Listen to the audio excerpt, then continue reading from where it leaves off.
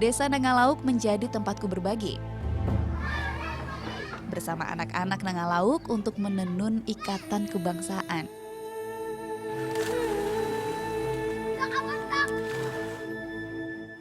Saya hanya memberikan kesempatan, saya hanya memberikan waktu kepada mereka untuk menuangkan apa yang mereka punyai, apa yang mereka miliki, dan itu tumbuh dengan sendirinya gitu. Bahwa keterbatasan tak berarti berhenti berusaha. Kita harus terus berusaha untuk mendapat sesuatu yang kita inginkan. Inilah wajah-wajah generasi harapan Nangalauk. Di tangan mereka dititipkan masa depan Nangalauk, masa depan Indonesia.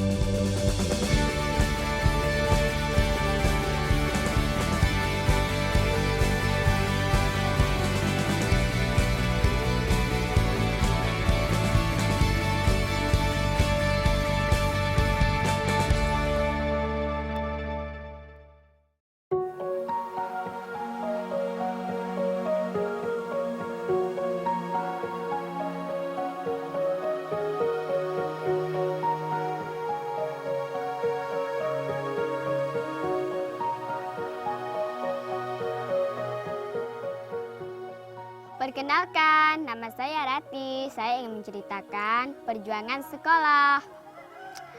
Di sebuah desa ada sebuah keluarga yang bernama Pak Damar. Sampingan Pak Damar adalah istri dan anaknya bernama Putra. Keesokan hari Putra pun berjualan kue. Kue, siapa yang mau beli kue? Oh ya, Namanya Ratih.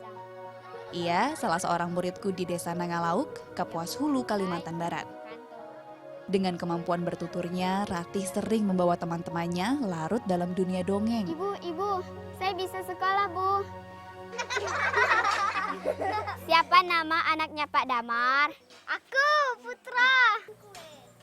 Kena. Mendongeng telah menjadi kebiasaan yang menular di kalangan anak-anak Nangalauk. Kebiasaan yang melatih mereka untuk lebih percaya diri dan berani bicara di depan umum.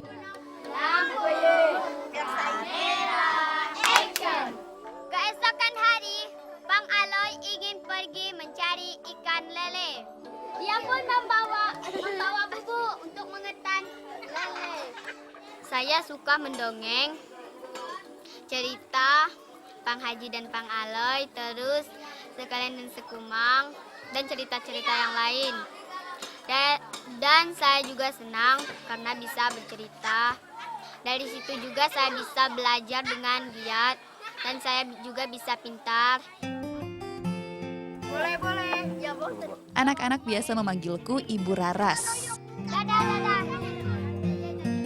Aku tak pernah mengira generasi yang tumbuh di tepian aliran anak sungai Kapuas ini punya bakat terpendam di bidang bahasa. Nah ya itu bakat atau dia ngikut-ngikut ya, tapi memang kalau misalnya itu bukan bakat, tapi entah kenapa mereka dalam waktu singkat bisa menceritakan habis satu buku gitu. Baru saat itu juga dia baca, terus dia mengadakan kuis ke teman-temannya, ngebeat dia bisa. Bagaimana cara? Cerita dongeng membuai mereka ke dalam dunia imajinasi dan bebas berkreasi. Terima kasih karena atas bantuan kalian sudah menolongku.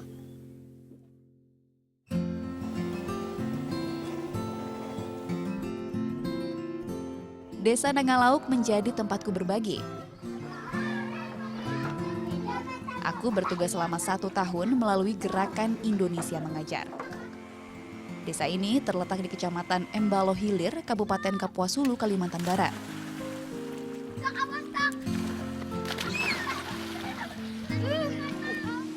Belum ada akses kendaraan darat untuk sampai di desa ini.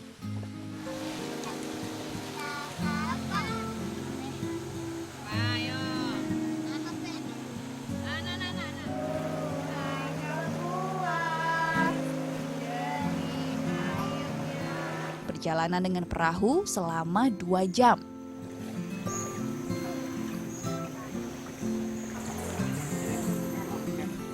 Tak seperti desa sekitarnya yang dihuni suku Dayak, desa ini dihuni suku Melayu asli.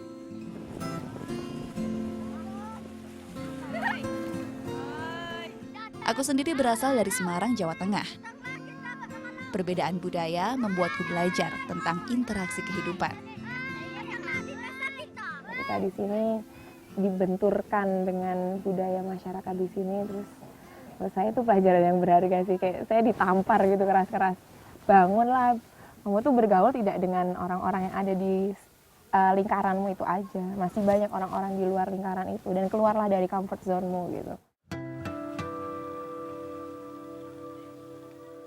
Selama 4 tahun aku menempuh studi komunikasi di Universitas Diponegoro Semarang. Aku juga tergabung dalam AIESEC, organisasi pemuda internasional yang membuka wawasanku tentang dunia global.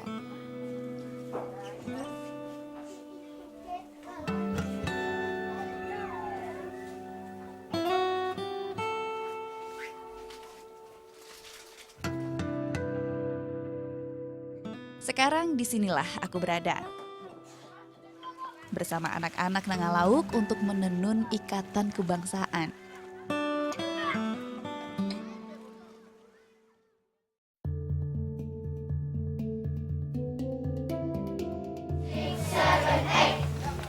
SDN 08 Nangalauk menjadi tempat belajar bagi anak-anak dusun Lauk Kanan dan Lauk Kiri.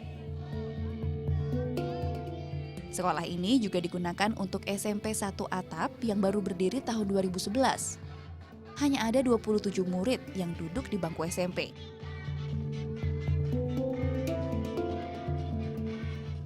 Aku mengajar bersama 3 guru PNS dan 2 guru honorer. Kami merangkap tugas sebagai guru SD serta SMP. Lingkup yang kecil membuat aktivitas SD dan SMP sering disatukan. Murid SMP menjadi pemandu untuk adik-adik kelasnya, salah satunya dalam kegiatan olahraga.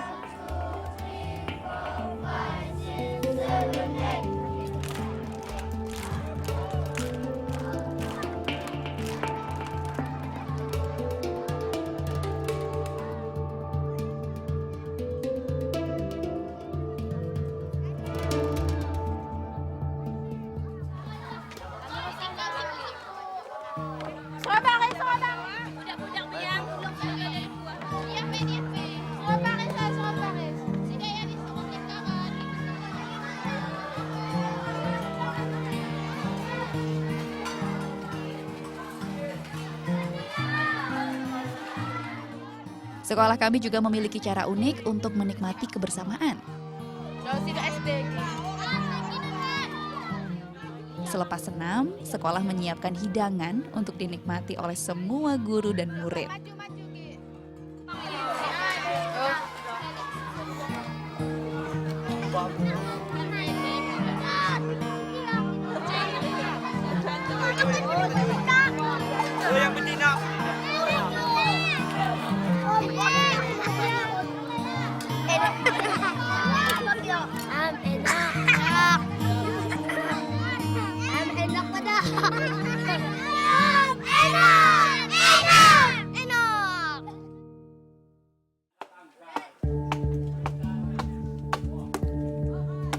Kehadiran SMP di desa ini menunjukkan kepedulian masyarakat terhadap pendidikan.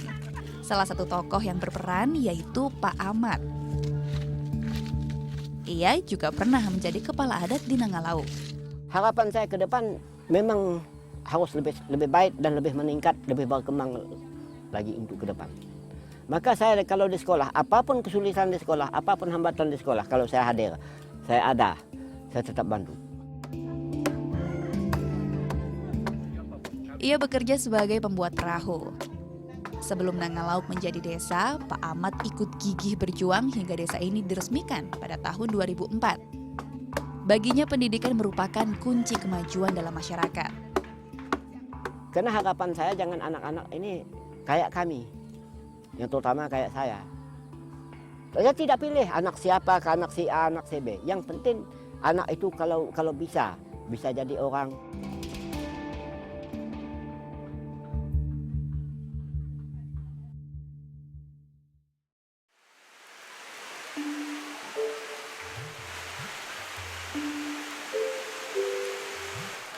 Satu persatu harapan masyarakat Nangalauk kian nyata. Siang ini aku mengumumkan sesuatu untuk murid-muridku. Ada yang tahu apa yang mau Ibu bicarakan sama kalian? Mau kabar gembira atau kabar sedih? Aku pernah mengajak anak-anak untuk membuat tulisan. Tanpa sepengetahuan mereka, aku mengirim tulisan-tulisan tersebut untuk disertakan dalam kompetisi penulis cilik Indonesia. Suatu wadah bagi anak-anak Indonesia untuk berbagi inspirasi lewat karya sastra. Mengungkapkan pendapatnya. Masih ingat nggak ya waktu itu kelas 4, kelas 5, kan les sama-sama di ruangan ini. Terus Ibu suruh buat apa? Puisi, terus buat apa lagi? Pantun. Terus kelas 6, ingat gak kelas 6? Waktu itu kita les di ruangan sana. Kabar gembiranya adalah dari SD negeri berapa? 08 Nangalauk ada 2 karya yang terpilih dan bisa mengikuti konferensi penulis cilik Indonesia yang akan dilaksanakan pada tanggal 20 sampai 23 bulan ini di Jakarta.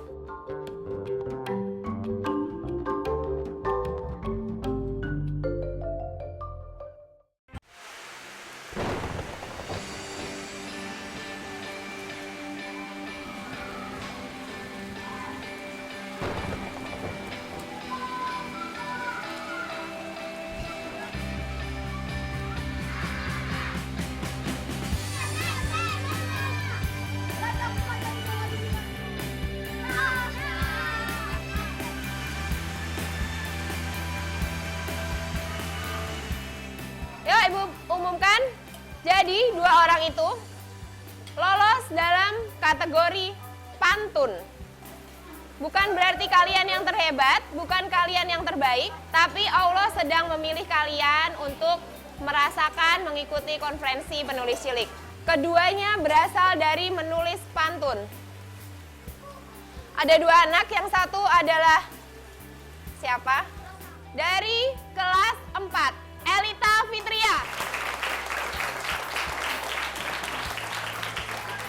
Sini, selamat dulu. Ke Jakarta ya anakku. Dan yang kedua adalah kelas 6, Rosa.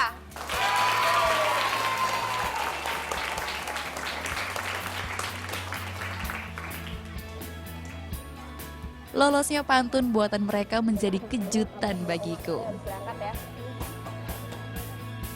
Mereka akan melanjutkan kompetisi bersama 4 anak lain yang mewakili Kapuas Hulu. Waktu itu benar-benar waktu mengajari mereka untuk membuat pantun dan puisi itu kayak agak susah gitu karena mereka terbiasa menuliskan pantun yang hanya mereka hafalkan, bukan yang mereka ciptakan sendiri. Jadi waktu itu tuh seharusnya les hanya 1 jam, kami sampai les itu 2 jam lebih hanya untuk lesnya itu hanya untuk menulis puisi dan pantun itu. Dan begitu mereka ada yang lolos itu benar-benar semacam mukjizat, ini kayak semacam apa ya, kemarin waktu dengar hampir pingsan rasanya. Assalamualaikum warahmatullahi wabarakatuh. Perkenalkan, nama saya Rosa, saya dari kelas 6. Saya mengucapkan terima kasih kepada guru-guru yang telah mendidik saya dan teman-teman yang telah mendoakan saya.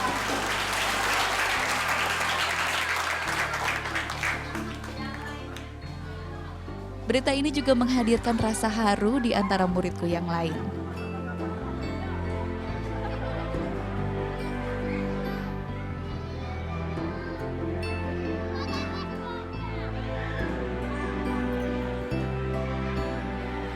Dengan tulus, mereka ikut berbahagia atas prestasi ini.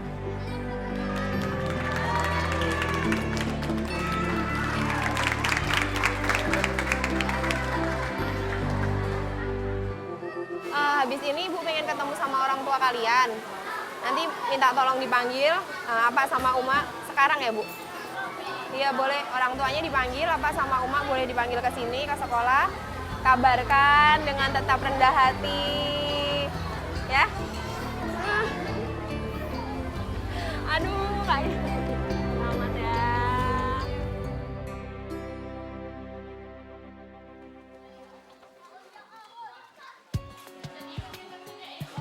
Saat itu aku mengajak Elita dan Rosa menulis dalam suasana santai. Mereka bebas membuat pantun, dongeng, dan puisi tentang tanah air. Waktu itu kami les, kami disuruh guru les. Setelah itu kami belajar membuat puisi tema tentang tanah airku. Lalu aku pun membuatnya. Buat tentang pada zaman dahulu. Gimana? Sudah nggak inget lagi. Senang sekali. Kenapa senangnya? Iya, Kenapa senangnya? karena saya bisa lolos ke Jakarta dan saya bisa mendapatkan pelajaran dari sana. Ceritanya di sekolah ini banyak ada juga kegiatan dan baru berkembang sudah ada Indonesia Mengajar.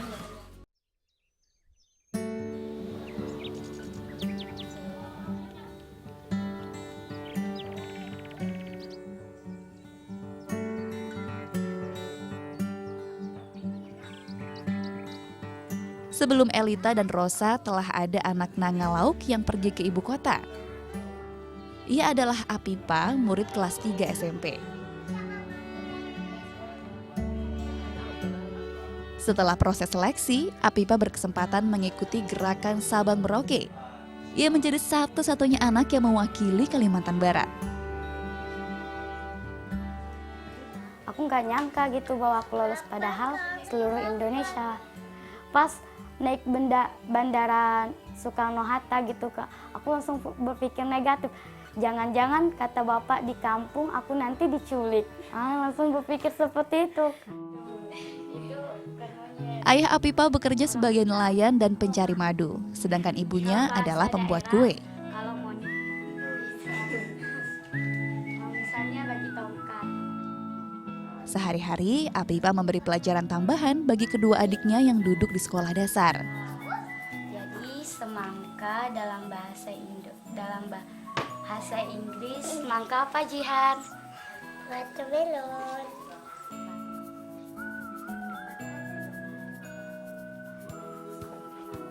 Kakakku ya, alhamdulillah. Apipa itu ya saya nggak bisa membayangkan lah bagaimana bangganya saya. Waktu itu Apipa sudah balik dari Jakarta. Ini kakakku, kakak Samuel namanya.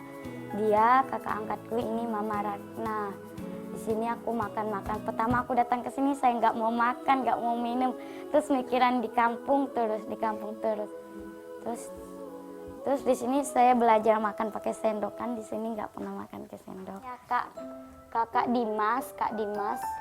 Di sini saya makan somai gitu Kak. Di Jakarta, Apipa tinggal bersama keluarga asuh selama 2 minggu. Di Pondok Indah, kami foto-foto baru pertama kali saya belajar foto. Kesempatan yang memberinya pelajaran baru tentang indahnya keragaman bangsa Indonesia. Pasti Pondok Indah kami main games. Ini sana belajar toleransi Kak. Kan juga aku kan orang Islam, jadi aku juga tidur di orang Kristen gitu Kak. Pas pertama aku tidur sama orang Kristen gitu Kak, mau lawangnya ditutup rapat-rapat gitu kan, takut Kak. Pas hari Minggu diajak ke gereja Kak, aku takut banget. Kan nggak pernah ke gereja, baru pertama kali ke gereja. Tapi aku baru tahu setiap agama pasti saling menghormati Kak. Karena orang Kristen tuh sangat menghormati agama lainnya. Di sini ada. Selain Apipa, terdapat 9 anak dari 9 provinsi di Indonesia. Pertemuan dengan teman-teman daerah lain membawa Apipa melihat cakrawala yang lebih luas. Dia punya pemikiran yang jauh lebih ke depan daripada teman-teman yang lain. Dia punya komitmen yang jauh lebih kuat daripada teman-teman yang lain untuk memajukan desa ini, untuk dimulai dari dirinya sendiri. Dia sadar bahwa ketika dia bisa mencontohi orang lain, teman-teman yang lain, maka teman-temannya akan termotivasi gitu. Aktif dan cerdas seperti sekarang ya, kan harus difoto. Lewat kunjungan ke berbagai tempat di ibu kota, mimpi mereka bersemi. Mimpi yang akan tumbuh dan berkembang di kampung halamannya masing-masing. Terus di sana kami foto-foto. Terus di UI ini saya dan teman-teman saya tanam janji bahwa kami akan sekolah ke UI bidang kedokteran dan lain-lainnya. Terus tanam janji itu akan dibuka setelah kami kuliah ke sana. Harapanku, saya ingin menjadi dokter terkenal di UI dan di Desa Nangalau.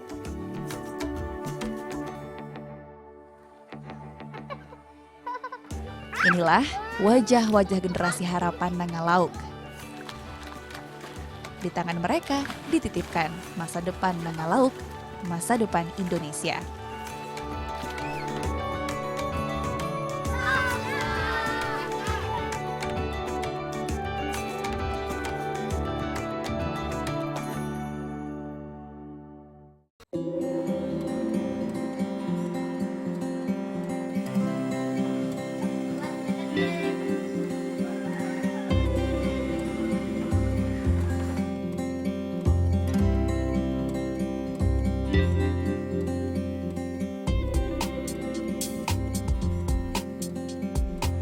Selain menjadi wali kelas 5, aku juga mengajar bahasa di kelas lain.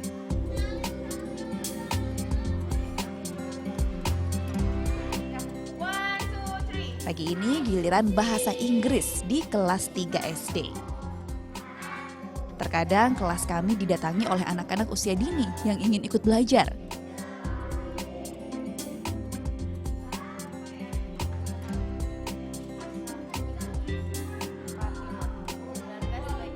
Proses belajar dibagi dalam beberapa kelompok kecil. Jadi gini, gap antara yang bisa dan yang tidak tuh sangat jauh. Ketika mereka dijadikan satu kelompok, itu akan merangsang anak-anak yang ada di bawah untuk bisa. Dan anak-anak yang terlalu jauh udah di atas, mereka membantu temannya yang kesulitan gitu. Jadi kelihatan banget mereka saling melengkapi. Kami juga belajar lewat nyanyian dan permainan yang berkaitan dengan pelajaran. Materi kali ini tentang bagian-bagian tubuh. Dari ini apa? Eye. Nose. Ear. Mulut. Terus yang hitam? Hair. Kehadiran pengajar muda sebelumku membuat anak-anak memiliki dasar bahasa Inggris yang cukup baik.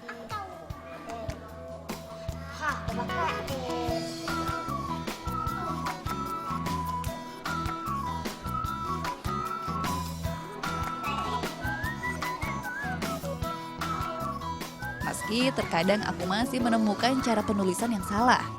Ini apa kalian? Nah, yang ini. Hai. Apa? Head. Itu sudah ada head belum? Tidak.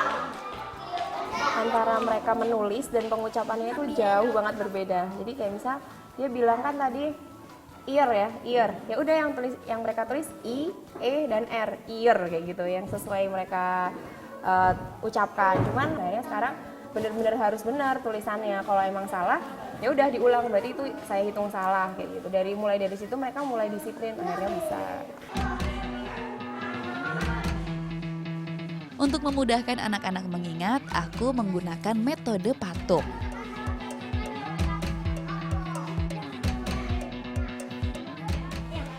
Coba yang patung, siapa patung angkat tangan? Nanti ditempelkan di bagian tubuh yang kalian sebutkan. Misalnya kalau kalian mendapatkan tulisan I, ditempel di mana? Hand. Ready? 1, 2, 3.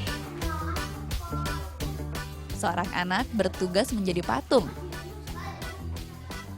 Sementara anak lain menempelkan kertas yang telah bertuliskan nama bagian tubuh. Makanya kalau patung boleh bergerak.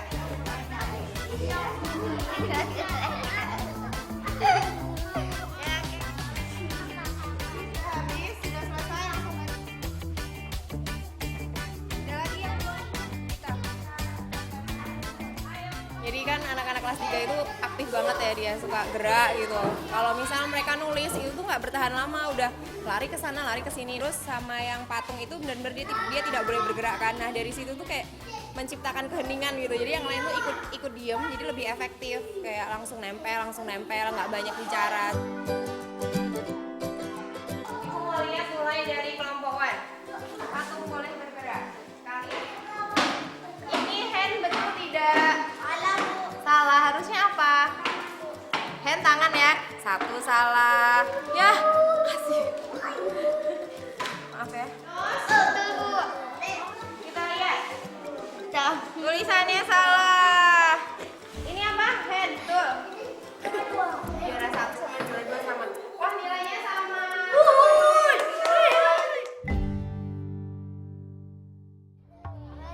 Di akhir minggu, kegiatan sekolah lebih santai dibanding hari lainnya. Menjelang sore, kami melakukan kegiatan pramuka. Memasuki lapangan apel. Lewat kegiatan pramuka, anak-anak berlatih menjadi serdadu terampil. Apel pembukaan siap dimulai. Siap laksanakan. Mereka juga belajar disiplin, seperti disiplin berpakaian, juga disiplin waktu. Balik kanan, rapikan pakaiannya. Yang belum masuk, dimasukkan bajunya. Balik kanan semuanya, balik kanan. Buku diletakkan di mana?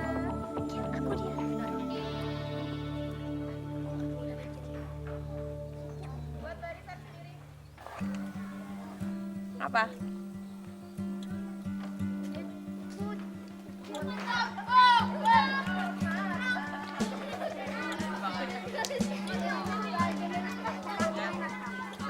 Terlambat. Yang terlambat, yang makan silakan maju ke tengah. Aku menertibkan anak-anak yang datang terlambat. Apa yang bisa kita kasih ke mereka? Apa? Silakan yang punya ide angkat tangan. Apa? Pungut sampah yang lainnya? Saya Bu, beri peringatan Bu, mereka yang terlambat. Yang pertama, meminta maaf kepada teman-temannya atas kesalahan yang dilakukan. Yang kedua, menjelaskan mengapa melakukan kesalahan itu. Dengan cara ini anak-anak belajar mengungkapkan pendapat dan berani mengakui kesalahan mereka. Saya telah terlambat. Yang kedua, alasan saya terlambat karena saya memungut sampah. Sedangkan kawan-kawan kami tidak mau mengikuti saya memungut sampah. Itu merupakan suatu hukuman berat buat mereka karena untuk berbicara di depan umum itu bagi mereka cukup menghabiskan banyak energi, mengumpulkan keberanian gitu. Kali ini anak-anak belajar tentang kebersihan dan kesehatan lingkungan. Kami mengundang Pak Jamin dan Ibu Tita untuk mengisi kegiatan pramuka. Warga biasa memanggil mereka dengan sebutan Pak Mantri dan Bu Mantri. Sejak 2011, keduanya mengabdi sebagai tenaga kesehatan di Nangalauk. Ini namanya apa? Kalau bahasa Indonesianya apa? Cokok bahasa Indonesianya apa? Mereka mengajari anak-anak untuk memanfaatkan bahan tradisional sebagai obat. Seperti berbagai tanaman herbal yang mudah didapat di desa. Diperas ke dalam sendok. Kira-kira 1 sendok atau setengah sendok. Kemudian dicampur dengan kecap manis. Terus setelah diaduk rata baru diminum. Fungsinya untuk apa? Untuk batu. Pertama mudah didapatkan, kemudian ekonomis. Jadi untuk masyarakat atau anak-anak itu seharusnya dibiasakan memakai obat-obat tradisional dahulu. Lihat ya. 1. Pak Mantri dan Bu Mantri adalah pendatang yang mengabdi dengan tulus hati. Melalui cara yang menyenangkan, mereka menjadi teman bagi anak-anak. Ya, Pak Mantri dan Bu Mantri itu adalah opinion leadernya anak-anak. Ketika misalnya saya kesel gitu sama anak-anak, terus saya cerita sama beliau berdua, maka beliau akan menyampaikan ke anak-anak dengan cara yang smooth gitu. Dan anak-anak akan mendengarkan itu gitu.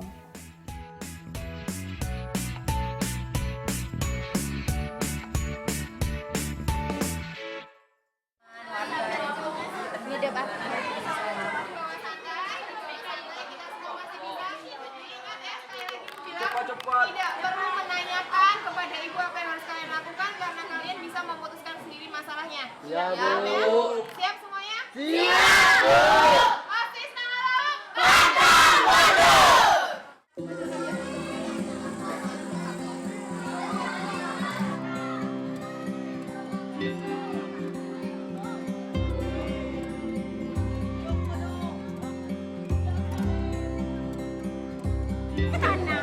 Malam ini kami mengadakan pentas seni dan api unggun. Acara ini untuk memeriahkan pemberian hadiah Lomba 1 Muharram dan penghargaan pahlawan sampah.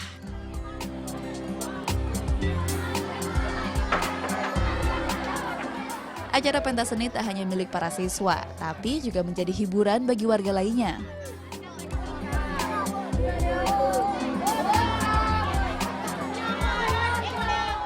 Di sini ya, karena warga antara desa dengan sekolah itu cukup tidak ada batasan sebenarnya. Jadi ketika ada acara ini, seluruh warga desa tanpa diminta mereka turun tangan membantu.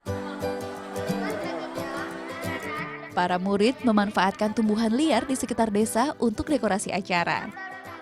Mereka menyulap halaman sekolah menjadi arena pertunjukan. Semua bersemangat demi penampilan terbaik mereka. Apakah kalian sudah selesai dengan ini? Oke, kita akan memulai drama. Drama yang akan kami tampilkan adalah drama Nenek Kebayan dan Sumau. Melalui pentas seni, aku melihat mutiara terpendam yang semakin bersinar. Yang telah kami lewati. Di situ ada wadah yang sangat kecil. Mereka mampu menghayati setiap peran tanpa rasa malu. Saya, ya Kanda, ada apa? Aku ingin keturunan kita bisa memimpin kerajaan. Saya juga mimpi seperti itu, Kanda.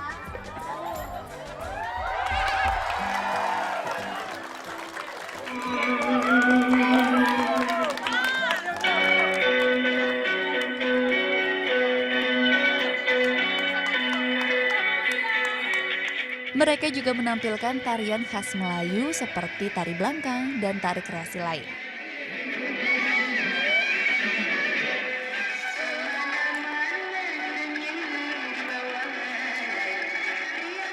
Inilah bukti pelestarian adat Melayu.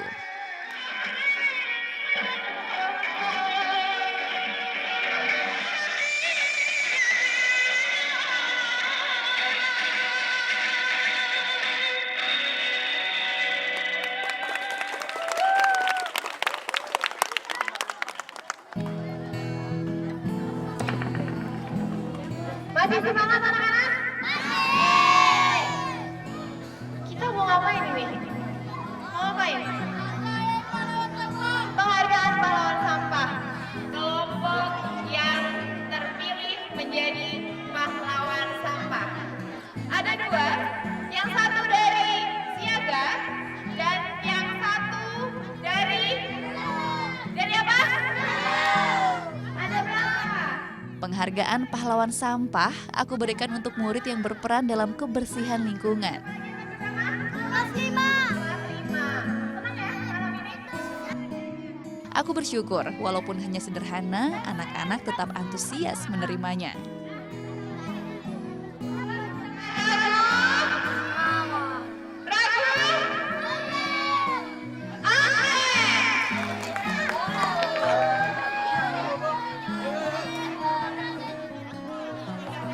Siapa ya siaga yang menang?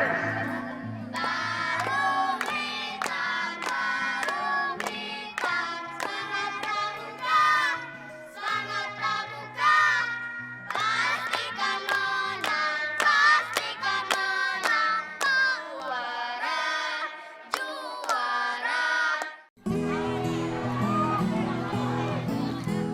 Ketua kelompok mewakili regunya untuk memakai jubah daur ulang yang mereka buat dari sampah plastik.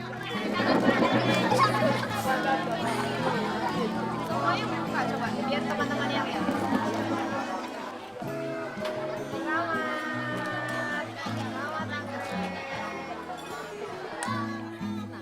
Black senang menjadi pahlawan sampah. Kak, kami menjadi pahlawan sampah karena teman-teman kami saling mencintai untuk menjadi pahlawan sampah. Setiap hari Senin kami akan mengumpulkan sampah. Pahlawan sampah selanjutnya akan mengucapkan janji pada hari Senin saat upacara bendera yang akan diikuti oleh seluruh siswa SD dan SMP Nangalauk, yang berarti kalian sudah berjanji untuk menjaga kebersihan lingkungan sekolah dan lingkungan rumah kalian. Sekali lagi mengucapkan selamat kepada kelompok Black.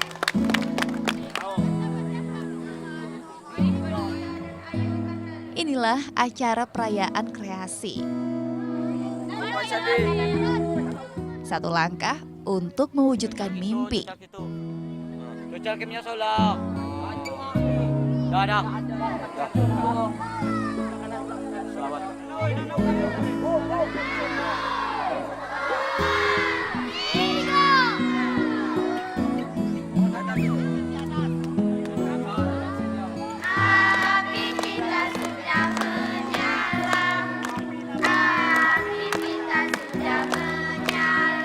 Kebahagiaan malam ini kami tutup dengan api unggun.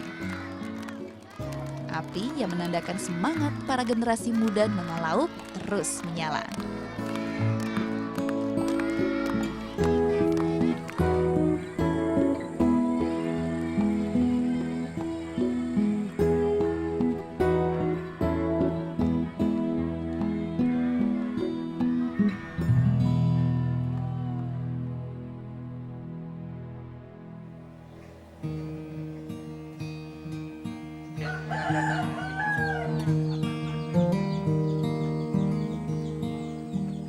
Hari ini ada yang istimewa. Para guru dan murid menuju lanting di tepi sungai untuk mengantar Elita dan Rosa.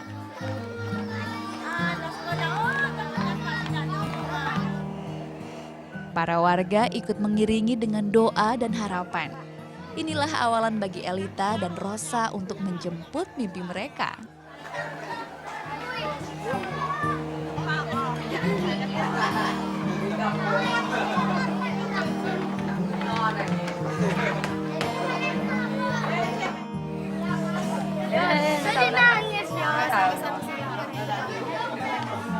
Bahasa Indonesia pagi didengar sampai bahasa Senangnya sih tahu.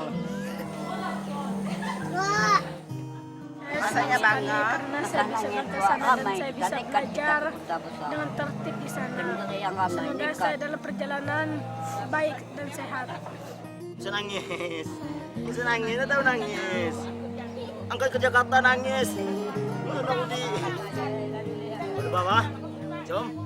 Andang sampai kita dari Kapuas Hulu jauh.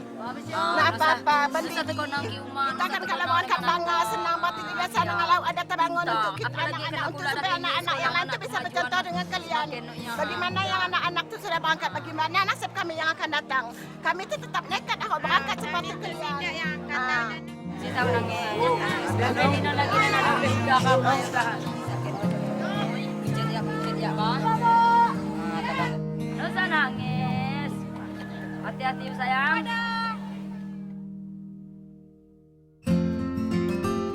Selama di Nangalauk, aku tinggal bersama keluarga Uma Dara. Uma punya 2 cucu dari kedua anaknya. Setelah seharian beraktivitas, kami kerap berkumpul, seperti saat membuat kerupuk basah, makanan khas Kapuas Hulu.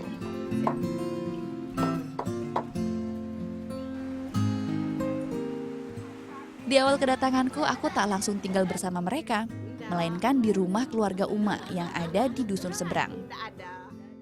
Tiba-tiba nyampailah kakak di rumah mama nih. Saya kan tanya sama kakak, ini kan tergantung kamu mau menginap di tempat mama atau tempat swasta. Aku bilang kan, kalau di sini lebihnya mamanya bangga karena mama itu tidak punya anaknya banyak, hanya 2. Joni dengan Kiki. Jadi saya kan cukup bangga kakak di tempat mama nih. Penyakit asma aku yang sempat kambuh juga menjadi pertimbangan untuk tinggal dekat sekolah. Sebenarnya itu ada bis Kak waktu itu. Alhamdulillah semenjak kakak di sini tidak pernah apa-apa. Cuma waktu nyampai dulu kan dia kena juga sakit. Tapi alhamdulillah nak sampai 1 hari sudah sembuh. Sampai sekarang itu tidak pernah lah dia yang sakit, yang batuk tuh tidak pernah. Hadir sebagai pendatang menuntutku terus menyesuaikan diri. Kebiasaannya di sini adalah kalau misalnya lewat rumah orang ada baiknya untuk mampir dulu gitu kan, kandau kami bilang. Terus harus ngobrol-ngobrol dulu. Nah sedangkan saya bukan tipe orang yang bisa seperti itu, nggak bisa berbahasa basi. Nah itu mungkin lebih tepatnya saya bukan tipe orang yang suka berbahasa basi gitu. Jadi itulah kesulitannya dan kakak ini yang membantu. Ini Iya mak, kalau misalnya setahun kan cepet nih. Pada diri Kak Kiki, aku menemukan sosok kakak sekaligus teman berbagi cerita. 2 lagi mungkin ya di sini. Itu bagaimana nanti? Kalau saya sih merasa malu kalau melayani Mbak Kakas kan kurang bagus kan. Malamlah kalau di desa kan semua peralatan kurang kan. Rumah bukan sekedar tempat tinggal. Rumah keduaku di Nangalauk juga menjadi tempat yang dapat menghangatkan hati.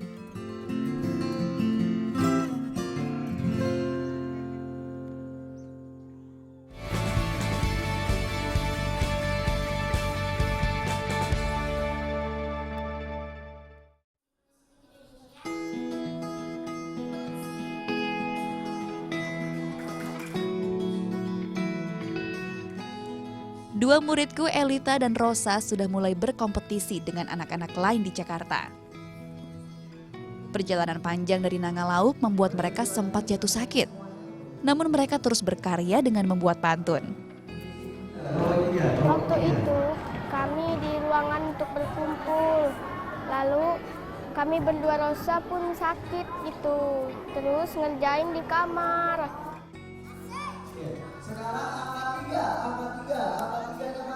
Teman-teman lombanya di ruang khusus.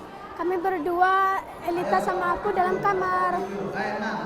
Sampai sakit. Elita sebelah kiri, aku sebelah kanan. Tak disangka mereka berhasil menyisihkan sekitar 40 semifinalis dari berbagai provinsi di tanah air. Elita meraih juara pertama untuk lomba pantun, sementara Rosa meraih juara harapan 3. Iya, soalnya aku nggak tahu bisa menang gitu. Soalnya gembira sekali hatiku bisa menang gitu. Saya bangga sekali sama Elita, padahal dia sambil sakit-sakitan bikin tuh pantun kan. Padahal dia cuma bikin 7 pantun, nggak nyampe 9. Keberhasilan Elita dan Rosa membuktikan bahwa setiap anak memiliki kesempatan yang sama untuk berprestasi. Apapun kondisi mereka, optimisme untuk maju harus tetap terjaga.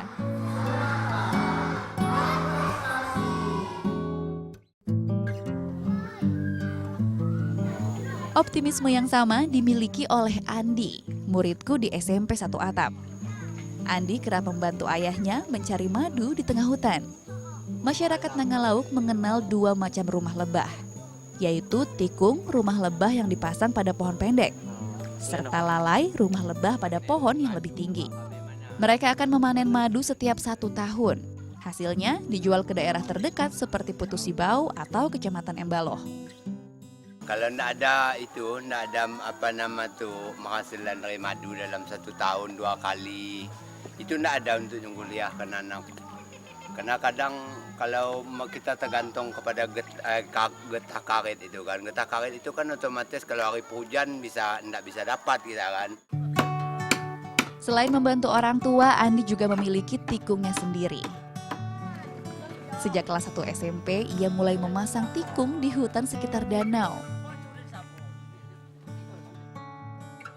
Lihat, pertama kan ke danau, lihat tikung banyak enggak. Coba karya aku mau seperti ini kan. Bapak aku dulu kan kayak gini juga, aku kan pernah ikut. Sebelumnya aku tidak mengetahui usaha yang dilakukan Andi.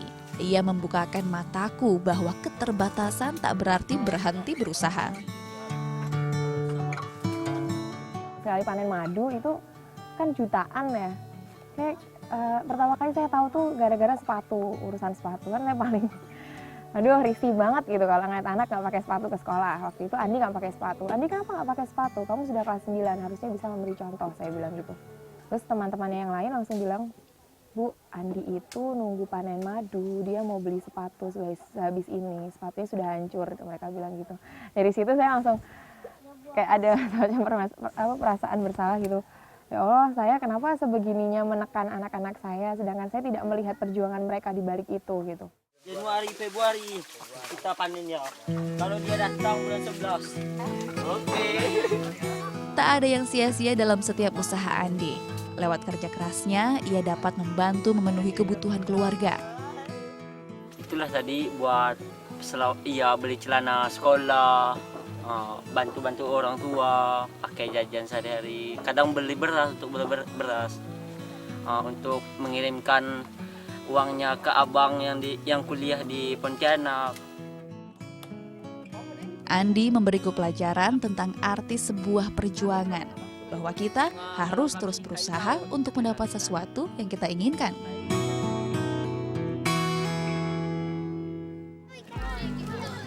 Ambil magang, Bang.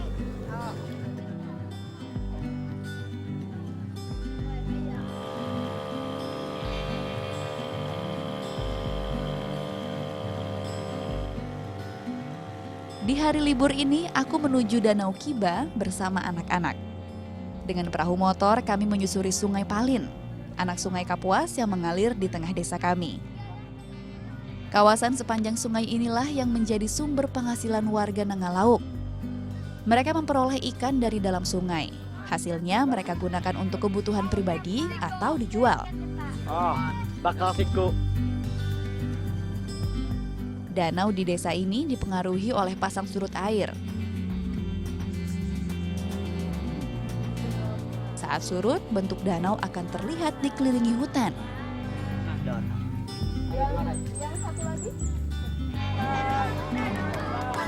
Namun kali ini air danau yang pasang menyatu dengan aliran sungai.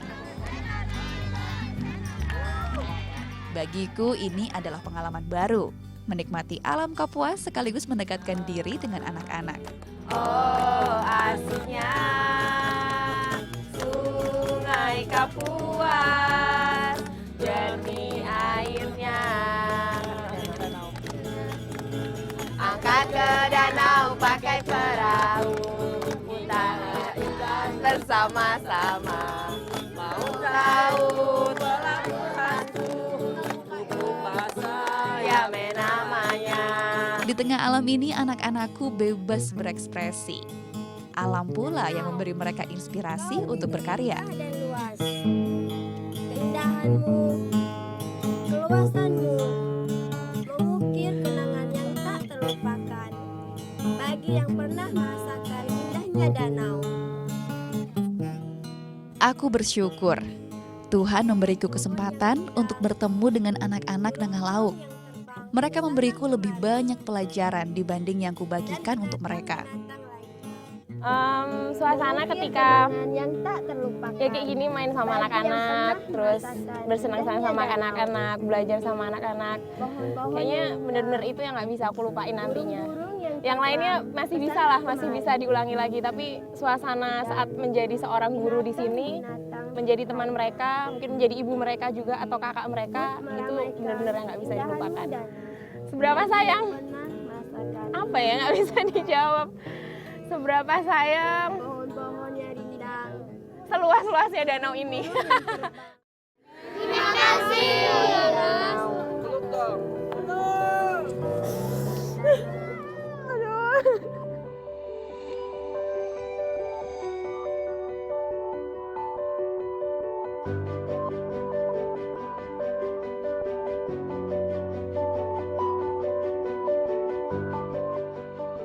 Nangalauk berarti pertemuan aliran sungai dengan banyak berkah alam di dalamnya. Aku berharap suatu hari nanti ada lebih banyak berkah bagi anak-anak Nangalauk. Pengalaman Apipa, Elita, dan Rosa di Jakarta menjadi bukti bahwa mimpi bisa menjadi nyata. Dari sebuah hulu cerita itu dimulai. Cerita yang bermuara di samudera cita-cita anak-anak Kapuas Hulu, anak-anak Indonesia.